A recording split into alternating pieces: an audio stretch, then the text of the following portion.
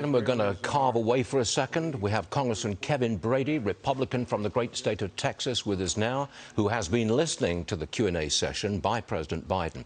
Congressman, I noticed that the president said the Supreme Court has shown outrageous behavior on the abortion issue. Would you respond to that, sir?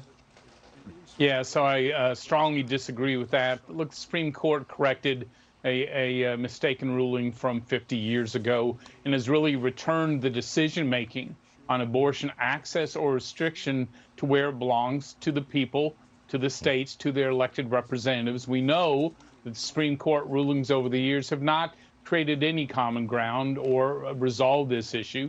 I think returning it to the elected officials is exactly the right thing to do. In my view, this is one of the biggest, if not the biggest, human rights issues of our lifetime. I think the Supreme Court, I believe they got it right. The president also said he continues to blame Putin for the gas price hike. What's your response to that? Yeah, this is nonsense. As you know, inflation in the U.S. was nearly 7% before this war began. Gas prices had already surged, unfortunately, before this war began. Has it exacerbated somewhat? Yes. But underlying it all is this attack by the president on oil and gas in America and his refusal really to work with the industry in America to try to lower these prices. And I can tell you that gas tax holiday that he's claiming will save $1 a gallon, our estimates are that an average family will save over 3 months $7, about a gallon of gas these days. Yeah. So the president also again claimed that inflation is higher in other countries than it is here. But we've done some checking.